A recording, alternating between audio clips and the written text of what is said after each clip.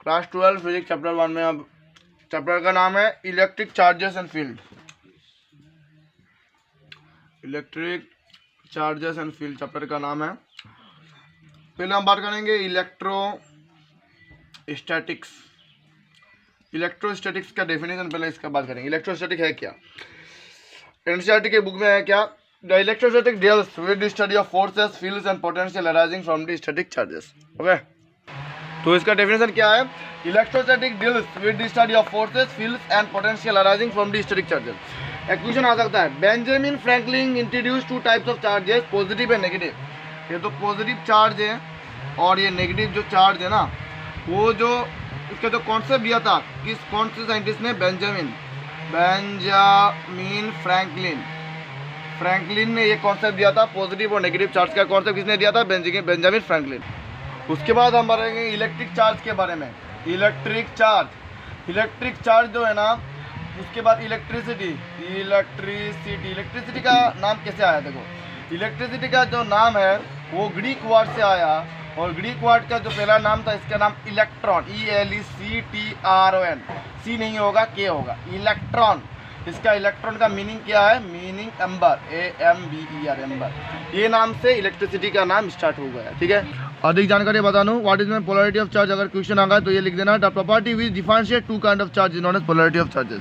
ठीक है, जिसमें वही लिखा है, the charge are name positive negative by American scientist Benjamin Franklin. उन्हीं के नाम से चार्ज पॉजिटिव नेगेटिव हम बोलते हैं। और ये याद रखो, electric charge is a scalar quantity and its unit is column which is denoted by symbol C। सी से स्टार्ट, कॉलम को C से बोलते हैं, और इसका ऐसा यूनिट क्या है? इलेक्ट्रिक चार्ज क्या स्केलर क्वांटिटी है, इसका ऐसा यूनिट है कॉलम। ठीक है, उसके बाद आता है एडिटिविटी ऑफ चार्जेस। चार्ज को हम ऐड कैसे करेंगे? देखो, charge is a scalar quantity. हमें पता है इलेक्ट्रिक चार्ज क्या है? Scalar quantity. ये याद रखना है, इसकी electric charge is scalar quantity, इसलिए वो ऐड भी किया जा सकता है। Then the total number of the system will be Q1 Q2। ठीक है, ऐसा लिखा है Q1, ये Q2, ऐसा करके हम क्या इलेक्ट्रिक ऐड कर सकते हैं। कंजर्वेशन ऑफ चार्जेस मतलब total charge of an isolated system is always conserve, that is initial and final charge of A system will B same. Okay, conservation of charge का मतलब है किसी भी आइसोलेटेड सिस्टम में किसी भी चार्ज, इनिशियल फाइनल चार्ज जो है वो सिस्टम में कांस्टेंट होता है। तो यही है कंजर्वेशन ऑफ चार्ज का डेफिनेशन। जानकारी के लिए बता दूं, a simple apparatus to detect charge on a body is the gold leaf electroscope. किसी भी बॉडी का चार्ज है या नहीं, उसको चेक करने के लिए हम क्या यूज करते हैं? Gold leaf electroscope. It consist of a vertical metal rod house in a box with 2 thin leaves attached to its bottom end. ठीक है, और एक बात सुनो, a body can be dust charge positively by losing electron. अगर electron loss कर दिया, मतलब नेगेटिव वाला हट गया, तो क्या रहेगा? Positive. So body can be charge positively by losing some electrons. Similarly body can be charge negatively by gaining electron. अगर इलेक्ट्रॉन गेन कर दिया, मतलब नेगेटिव बढ़ गया, मतलब ये क्या हो जाएगा? Negative charge. इसका बेस्ट एग्जांपल है when we rub a glass rod with silk, some of the electrons from the rod are transfer to the silk. Okay, इसका मतलब अगर ग्लास रॉड को सिल्क क्लॉथ मतलब सिल्क कपड़े से कुछ रब किया जाए तो क्या होगा? रोड में जो इलेक्ट्रॉन है वो ट्रांसफर हो जाएगा सिल्क में, और सिल्क क्या बन जाएगा? नेगेटिव चार्ज, क्योंकि इलेक्ट्रॉन गोज टू सिल्क। ठीक है, ग्लास का जो इलेक्ट्रॉन है, ग्लास रोड का जो इलेक्ट्रॉन है वो सिल्क में चला गया, इसका मतलब सिल्क क्या होगा? अभी नेगेटिव चार्ज। ऐसा होता है। अभी तो टॉपिक है, अभी से सब इंपॉर्टेंट स्टार्ट हो जाएगा। ठीक है, क्वांटाइजेशन ऑफ चार्ज अभी स्टार्ट हो जाएगा। देखो, क्वांटाइजेशन ऑफ चार्ज क्या है? इसका डेफिनेशन है, चार्ज ऑन ए प्रोटॉन और electron is known as quantization of charge. Charge on a proton और electron is known as quantization of charge. Proton और इलेक्ट्रॉन में चार्ज है, अगर चार्ज होता है इलेक्ट्रॉन और प्रोटॉन में, तो इसको बोला जाएगा क्वांटाइजेशन ऑफ चार्ज। और simple we can write that charge, okay, the charge on a body, see right, the charge on a body is always some integral multiple of a smallest unit of charge। इसका मतलब क्या है? Charge on a body is always some integral multiple of the smallest unit of charge। ये एक definition है जो कि important है। Charge on a body is always some integral multiple of smallest unit of charge, यानी कि एक electron में कितना चार्ज होना चाहिए? 1.6 × 10⁻⁻19 कूलम। ओके, एक इलेक्ट्रॉन में कितना चार्ज होना चाहिए? 1.6 × 10⁻⁻19 कूलम। ये क्या है? Quantisation of charge. इसका मतलब है charge on a body is always some integral multiple of the smallest unit of charge. Okay, और इसका और एक डेफिनेशन है, चार्ज ऑन ए प्रोटॉन और electron is known as quantization of charge. तो इंपॉर्टेंट यही डेफिनेशन है, यही डेफिनेशन ज़्यादा इंपॉर्टेंट है। The charge on a body is always some integral multiple of the smallest unit of charge. Okay okay, अभी जो quantisation of charge, ये जो कॉन्सेप्ट है, ये कॉन्सेप्ट किसने दिया? Millikan oil drop experiment. This concept और दिस, और we can add this proceed. Okay, this quantization of charge, this quantization of charge is proceed by Millikan, M-I-L-I-C, Millikan spelling, Millikan, K-A-N होगा, Millikan oil drop experiment। ये आ सकता है। The quantisation of charge किसने दिया था? ये जो concept निकला था किससे? मिलीकेन ऑयल ड्रॉप। मिलीकेन ने एक ऑयल ड्रॉप एक्सपेरिमेंट किया था जिसके वजह से क्वांटाइजेशन ऑफ चार्ज निकल गया। ठीक है, और मैथमेटिकली इसको क्या बोलते हैं? ये बता सके, greatest quantization of charge is produced by Millikan, MILLIKNS, Millikan oil drop experiment. और इसके जो क्वांटाइजेशन ऑफ चार्ज का जो फॉर्मूला है, चार्ज कैसे निकलना है? Charge on a body, charge on a body अगर निकालना है तो Q is equal to N into e. N क्या है? Number of electron. ई क्या है? ये वाला 1.6 into 10 to the minus 19। Quantisation of charge का जो फॉर्मूला है वो तो याद रखना, Q is equal to N, Q is equal to N। ठीक है, तो किसी भी चार्ज, किसी भी बॉडी का चार्ज कैसा निकल रहा है? Q is equal to N से। ओके, चलो एक इसमें क्वांटाइजेशन ऑफ चार्ज के ऊपर में क्वेश्चन करते हैं। Can a body have the charge of 1.8 into 10 to the minus 19 coulomb? Justify your answer. Now see, इसमें जो क्वांटाइजेशन ऑफ चार्ज का मतलब क्या है? The charge on a body is always some integral multiple of the smallest unit of charge. मतलब ये जो है 1.6, इसका इंटीग्रल मल्टीपल होगा, यानी कि 1.6 इंटू 1, 1.6 इंटू 2 क्या होगा? 3.2 ओके, 32, 1.6 इंटू 3 48 ऐसा होगा ना। तो अगर इसमें 48 बाय 4.8 64 6.4 होता है तब ये क्या हो जाएगा? यस, इट इज ये कहने बॉडी ऑफ ए चार्ज, तो आंसर होता है ये। लेकिन ये जो 1.6 का इंटीग्रल मल्टीपल नहीं है, तो ये क्या हो जाएगा? अगर सॉल्यूशन देखा जाए इसका शॉर्टकट ना, तो ये नहीं होगा, हम नो लिख देंगे। तो लेकिन इसमें आंसर लिखना है, जस्टिफाई, इसके रीजन भी लेना है क्यों। So according to the quantisation of charge, according to the quantisation of charge, हमें पता है Q is equal to N e. इसमें N क्या है? N है बॉडी ऑफ चार्ज, तो बॉडी का जो चार्ज है वो N का वैल्यू कितना है? 1.8 into 10 to the power minus 19। ठीक है, N का वैल्यू दे दिया, E का वैल्यू भी दे दिया, हमें Q निकालना है। अच्छा नहीं Q तो हाँ, तो देयरफॉर क्या हो जाएगा? नंबर ऑफ इलेक्ट्रॉन ना, नंबर ऑफ, सॉरी इसमें गलत होगा, इसमें N का वैल्यू नहीं होगा, N नहीं होगा, ये चार्ज ऑफ, चार्ज का मतलब क्या है? Q का वैल्यू दे दिया है, और हमें पता है E का इलेक्ट्रॉन क्या है? 1 electron is equal to 1.6 into 10 to the power minus 19। तो निकालना क्या है? N। अगर Q is equal to N ही हुआ तो N is equal to Q by, ऐसा no, therefore N is equal to, इसमें Q क्या है? Q का वैल्यू है 1.8 into 10 to the power minus 19। E क्या है? 1.6 into 10 to the power minus 19। ये कट गया, क्या बचा? 1.8 इंटू डिवाइड बाई 1.6। इसका जो आंसर निकलेगा वो है तुम्हारा 1.125 ये निकला। लेकिन 1 पॉइंट निकल गया ना, अगर ये सिंपल डिजिट होता है, पॉइंट तो नहीं होगा, इसका मतलब ये, yes we can say that the value of charge is possible. लेकिन इसमें पॉइंट आ गया यार, n is equal to 1.125, so as n is not an integer, इसमें ये इंटीजर नहीं है, so the value of charge is not पॉसिबल। ठीक है, ऐसा हम लिख देंगे, सो the value of charge is नॉट। नेक्स्ट क्वेश्चन क्या है? देखो, how many electrons are there in a body if it total charge is 1, ये दे दिया। इसका मतलब गिवन क्या दिया हमें? Q टोटल चार्ज कितना है? 116 into 10 to the power minus 18 coulomb, ये दिया ना।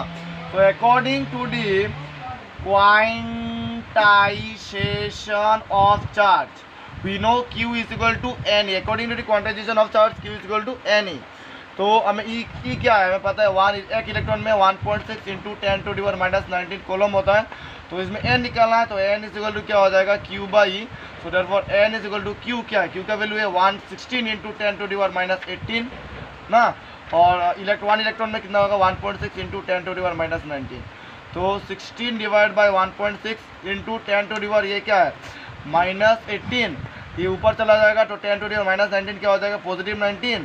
तो इसको डिवाइड करने में हमें क्या मिलेगा? इसको डिवाइड करने में मिलेगा, तो ये 10 ये 10 इंटू ये 19 माइनस 18 कितना हो जाएगा? 1।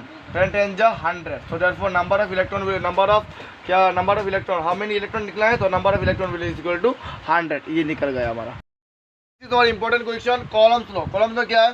It states that the force of attraction or repulsion between 2 point charges is found to be directly proportional to the product of the magnitude of charges and inversely proportional to the square of the distance between them. इसका मतलब it states that force of attraction or repulsion between 2 point charges is found to be directly proportional. मतलब F electrostatic force of attraction का मतलब electrostatic force F is directly proportional to point of 2 charges. 2 charge होना चाहिए Q1 Q2. ठीक है, is directly proportional to the product of the magnitude of the charges Q1 Q2 का product and inversely proportional to the square मतलब r का square of the distance पकड़ लिया r, इसका square होना चाहिए, but inversely proportional to the square of the distance between them. Combine करो तो f is directly proportional to Q1 Q2 divided by r square. इसमें कांस्टेंट आएगा f is equal to constant है 1/4 pi epsilon naught Q1 Q2 divided by r square. यार k is equal to 1/4 pi epsilon, ये constant है, इसको बोला जाता है absolute permittivity.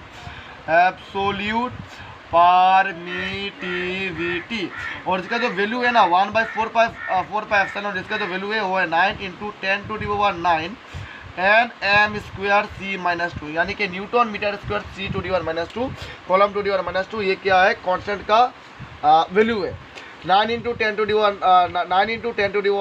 nm square c-2. और इसका जो एप्सिलॉन का जो वैल्यू है, सॉरी एप्सिलॉन को बोला जाता है एब्सोल्यूट परमिटिविटी.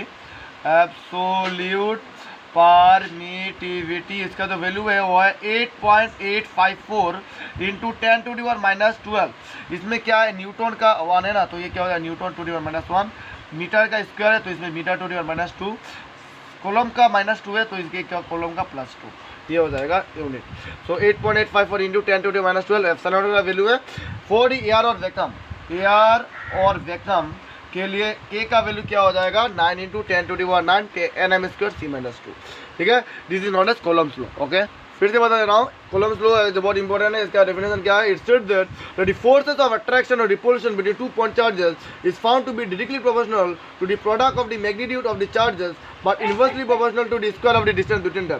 कंबाइन करो, इसका जो कांस्टेंट आएगा f is equal to 1/4 pi epsilon naught Q1 Q2 divide by r square. वो यार 1/4 पाई एप्सिलॉन का जो वैल्यू है वो है 9 × 10⁻9 nm स्क्वायर c-2. एप्सिलॉन को बोला जाता है एब्सोल्यूट परमिटिविटी. इसका जो वैल्यू है 8.854 × 10⁻12. ठीक है, nm square c-2. So for air or vacuum, the value of k, that is 1/4 pi epsilon, will be equal to 9 × 10⁻9 nm square c-2. Okay, अगर इसका डायमेंशन निकालना है, मान लो कि डायमेंशन ऑफ एब्सोल्यूट परमिटिविटी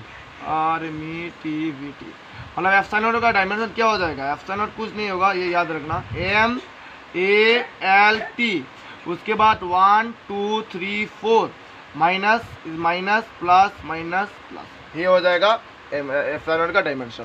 ठीक है, मतलब m⁻⁻1 a square l⁻³ t⁴. This is the dimension of epsilon not. याद करने का रहेगा MALT 1 2 3 4, इसके बाद power minus plus. Okay, next is और रिलेटिव परमिटिविटी. कुछ नहीं है, देखो कॉलम ने क्या बोला, f is equal to formula दिया 1/4 pi epsilon naught Q1 Q2 divide by r square. ये जो है ये for a vacuum, VACUU vacuum और एयर और वैक्यूम के लिए फोर्स, इलेक्ट्रोस्टैटिक फोर्स क्या हो जाएगा 1/4 pi epsilon naught Q1 Q2 divide by r square. अगर ये मीडियम होता है, फॉर मीडियम, ये तो वैक्यूम के लिए था ना, फॉर मीडियम f इसमें सफिक्स में लेते हैं medium is equal to 1/4 pi epsilon और नहीं होगा epsilon is equal to into Q1 Q2 divide by r square. ठीक है, इसका जो रेशियो होगा f vacuum divide by f medium, force on air divide by force on medium, ये जो इसका जो रेशियो है, अगर मैं वैल्यू पुट करता हूँ तो f वैक्यूम क्या है 1/4 pi epsilon naught Q1 Q2 by r square. और मीडियम के लिए क्या हो जाएगा 1/4 पाई एप्सिलॉन नॉट नहीं होगा, only epsilon naught Q1 Q2 by r square.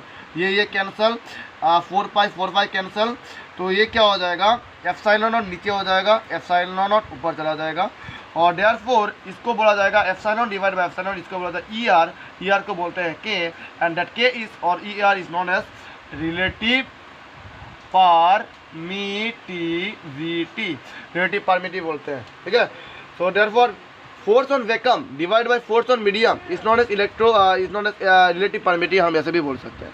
And relative permittivity को हम ये भी बोल सकते हैं डाई इलेक्ट्रिक कॉन्स्टेंट, डाई ELECTRIC, डाई इलेक्ट्रिक कॉन्स्टेंट, ठीक है। रिलेटिव परमिटिविटी को हम डाई इलेक्ट्रिक कॉन्स्टेंट भी बोल सकते हैं, थोड़ा याद रखना होगा। ओके, और नाउ नॉर्मल फॉर्म होगा, अभी वेक्टर फॉर्म में कॉलम लो क्या होगा, देखो Coulomb's law in vector edition, definition वही है, ठीक है। According to this law mutual electrostatic force between 2 point charges Q1 Q2 is directly proportional to the product of the magnitude of the charges and inversely proportional to the square of the distance between them। मतलब different क्या होगा, देखो इसका मतलब मान लो ये इसमें क्या है Q1 चार्ज और इसमें क्या है Q2, ठीक है, ये Q1 ये Q2 चार्ज है, ठीक है।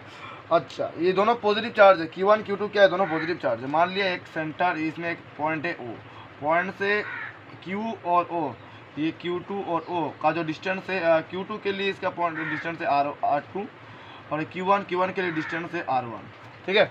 O से Q1 का डिस्टेंस है R1, O से Q2 का डिस्टेंस है R2, ओके। अबे सुन लो, तो कॉलम्स में क्या बोलता है इलेक्ट्रोस्टैटिक फोर्स ना, ये भी प्लस, ये दोनों क्या है, दोनों पॉजिटिव चार्ज है, तो फोर्स क्या होगा, वो फोर्स तो इधर नहीं होगा ना, अगर इसमें माइनस होता तब इधर होता, ये तो अट्रैक्ट नहीं करेगा, तो रिपील करेगा, तो इसके रेस्पेक्ट में F1 A1 A2 F12 force इधर होगा। अच्छा, इसके लिए अगर मैं Q2 का फोर्स निकलना चाहूँ तो Q2 के लिए फोर्स क्या इधर होगा, नहीं होगा, क्योंकि प्लस प्लस क्या करता है रिपील, तो ये इधर होगा, ये क्या होगा F21 वेक्टर, ठीक है। अगर क्वेश्चन में पूछा गया है कि F21 का वेक्टर मतलब F21 का फोर्स निकाल लो, ये मतलब ये वेक्टर मतलब ये फोर्स निकालना है, ठीक है, तब क्या हो जाएगा, ये F21 के लिए डिस्टेंस इसमें क्या हो जाएगा R21 क्या हो जाएगा R2 माइनस R1, R21 क्या हो जाएगा R2 minus R1, okay. So therefore according to the Coulomb's law COUL, Coulomb's law क्या बोलते हैं हमें, F is equal to 1/4 pi epsilon naught Q1 Q2 by R² है ना, तो वेक्टर फॉर्म में क्या होगा, F21 का वेक्टर ये निकालना है is equal to 1/4 pi epsilon naught Q1 Q2 by R² जो होगा ये R² मतलब R21 का क्या हो जाएगा स्क्वायर, और R21 क्या हो जाएगा, R21 का क्या हो जाएगा कैप लगेगा, ये है वेक्टर एडिशन। तो कॉलम्स लो क्या हो जाएगा, इसमें R21 का स्क्वायर, साथ ही साथ ये जो स्क्वायर है इसका क्या हो जाएगा यूनिट वेक्टर, R21 क्या है unit vector. So this is the Coulomb's law in vector edition, okay. Next बात करते हैं इलेक्ट्रिक इंटेंसिटी, बहुत इंपॉर्टेंट है। इलेक्ट्रिक इंटेंसिटी का डेफिनेशन क्या देखो, electric intensity at a point in an electric field is defined as the force experienced by unit positive charge at a limit point, यानी कि E is equal to F/Q, force experience by unit positive charge per unit charge, मतलब E is equal to F/Q, E is equal to F/Q, okay.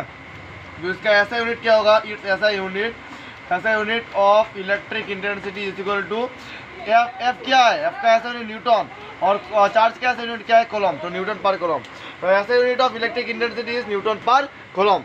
So therefore what will find, अगर इसका expression निकालना है तो क्या होगा, देखो expression निकालने के लिए according to the Coulomb's law COULOMB Coulomb's law के हिसाब से F क्या हो जाएगा, F is equal to 1/4 pi epsilon naught Q by R², क्योंकि इसमें Q है, and since we know that electric intensity is equal to F/Q is equal to F के जगह में ये पुट कर देना है 1/4 pi epsilon naught Q by R², इसके Q है, ये Q और Q कट गया, तो क्या बचा Q divided by 4 pi epsilon naught ये R², ठीक है। So therefore electric intensity at any point E is equal to Q divided by 4 pi epsilon R², ये फॉर्मूला बन गया, ठीक है, ऐसा एक्सप्रेशन किया जाता है। अभी इसका डायमेंशन के बारे में बात करते हैं। So therefore we know that E is equal to F/Q, okay, तो E is equal to F/Q।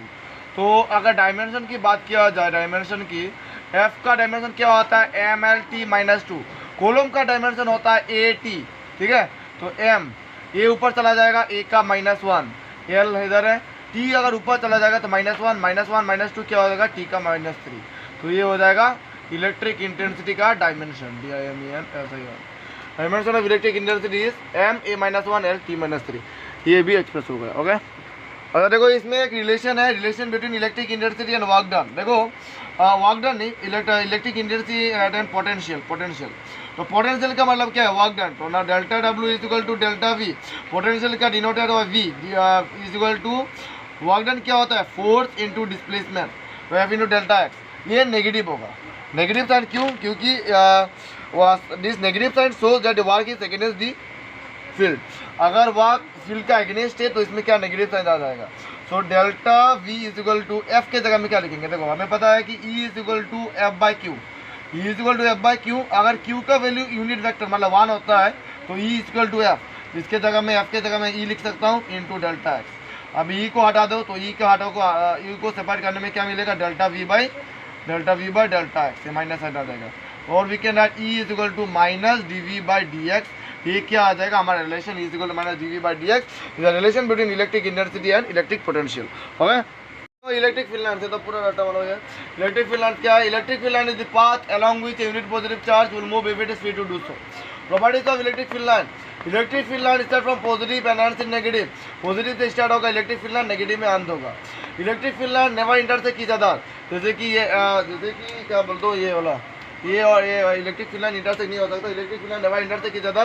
Tangent drawn on any point और electric field line give the direction of electric field at one. अगर electric field line में अगर ये tangent draw किया जाए तो ये क्या देगा, direction of electric field line at that point. Electric field line for a single point charge is always a straight line. अगर मान लो ये प्लस क्यू चार्ज है, इसमें से अगर इलेक्ट्रिक फील्ड लाइन निकालना है तो प्लस क्यू चार्ज के लिए इलेक्ट्रिक फील्ड लाइन क्या हो जाएगा, बेका से का नहीं होगा, पूरा स्ट्रेट लाइन होगा। ठीक है, अगर ये प्लस क्यू है, प्लस क्यू इसमें ये पॉइंट चार्ज प्लस है, प्लस प्लस क्या करेगा, रिपील, और अब डायरेक्शन कहाँ होगा, इधर। ठीक है, मान लो ये माइनस क्यू है, माइनस क्यू एक ही चार्ज है ना, इसके लिए इलेक्ट्रिक फील्ड क्या होगा, स्ट्रेट लाइन में होगा। ठीक है, अभी क्या होगा, इसमें प्लस है, कुछ नहीं होने का मतलब इसे प्लस है, प्लस और माइनस क्या करेगा, अट्रैक्ट, इसका मतलब डायरेक्शन इधर होगा, तो एरो इसके और होगा। ठीक है, अच्छा, तो electric field line for a single point charge, अगर सिंगल पॉइंट चार्ज होता है तो इलेक्ट्रिक फील्ड लाइन क्या होगा, always straight line. Whole for a number of charge it is called. अगर मान लो ये प्लस क्यू, इसमें भी प्लस क्यू है, ठीक है, दो चार्ज है, दो चार्ज के लिए जो number of electric field line जो है वो कर्व होगा, ऐसा होगा। ठीक है, इसमें दो चार्ज है ना, इसलिए इलेक्ट्रिक फील्ड लाइन जो होगा ऐसा कर्व होगा। तो प्लस प्लस क्या करेगा, रिपील, मतलब एरो इधर होगा, इसमें प्लस प्लस क्या करेगा, रिपील, तो एरो क्या हो जाएगा, इधर होगा। ठीक है, इसमें भी हाँ ऐसा होगा। तो अगर दो चार्ज है plus plus, electric field line अगर नंबर ऑफ चार्ज है, whole for number of charge इसका, अगर नंबर ऑफ चार्ज दो बार तीन बार आ रहा है, ज़्यादा बार, एक से दो बार आ रहा है, तो electric field line is always in curve line. अगर चार्ज एक ही है तो इलेक्ट्रिक फील्ड लाइन का शेप क्या होगा, स्ट्रेट लाइन। तो इसमें लिखा है electric field line for a single point charge is always a straight line, whole for a number of charge it is curve. Okay, for example अभी मान लो इसमें माइनस क्यू है, इसमें प्लस क्यू है, तो दो चार्ज के लिए electric field line is in curve. ठीक है, whole for a number of charge, अगर दो चार्ज होता है तो इलेक्ट्रिक फील्ड लाइन क्या होगा, ऐसा कर्व होगा, ऐसा करके। ठीक है, ऐसा कर्व होगा, इसमें भी ऐसा कर्व होगा, स्ट्रेट लाइन नहीं होगा। अगर एक ही चार्ज होता है तो इलेक्ट्रिक फील्ड लाइन स्ट्रेट। ठीक है, अच्छा, तो क्या है, देखो इसमें तो प्लस है ना, प्लस और माइनस क्या करेगा, अट्रैक्ट, तो डायरेक्शन क्या होगा, इधर, ऐसा इलेक्ट्रिक फील्ड लाइन का डायरेक्शन इधर होगा। इसमें प्लस है, इसमें भी प्लस है, प्लस प्लस क्या करता है, रिपील, तो ये दूर भागेगा, ऐसा करके मुंह ओल्ड हो गया, तो ये ऐसा होगा। ठीक है, अगर इसमें इसके बीच में प्लस माइनस का अट्रैक्शन हो रहा है तो इसमें भी इलेक्ट्रिक फील्ड लाइन जनरेट हो जाएगा, जो कि ऐसा दिखा जाएगा। ठीक है, अच्छा, तो देखो इसके लिए प्लस माइनस क्या करेगा, अट्रैक्ट, तो इसके क्या हो जाएगा, मुंह इधर घुमा लेगा, क्योंकि प्लस माइनस क्या करेगा, प्लस माइनस का अट्रैक्ट करेगा। तो ये डायरेक्शन क्या हो जाएगा, ऐसा करके, ऐसा करके डायरेक्शन होगा। ओके, दिस इज द, तो ये मतलब है electric field lines for a single point charge. अगर एक चार्ज है प्लस क्यू, एक ही चार्ज है, तब इलेक्ट्रिक फील्ड लाइंस क्या होगा, स्ट्रेट लाइन। अगर प्लस प्लस क्या करता है, प्लस प्लस रिपील करेगा, ऐसा करके। Electric field line for a single point charge is always a straight line, whole for a number of charges क्या। अगर दो चार्ज है तो इलेक्ट्रिक फील्ड लाइंस हो जाएगा हमेशा कर्व, इस दाल पर।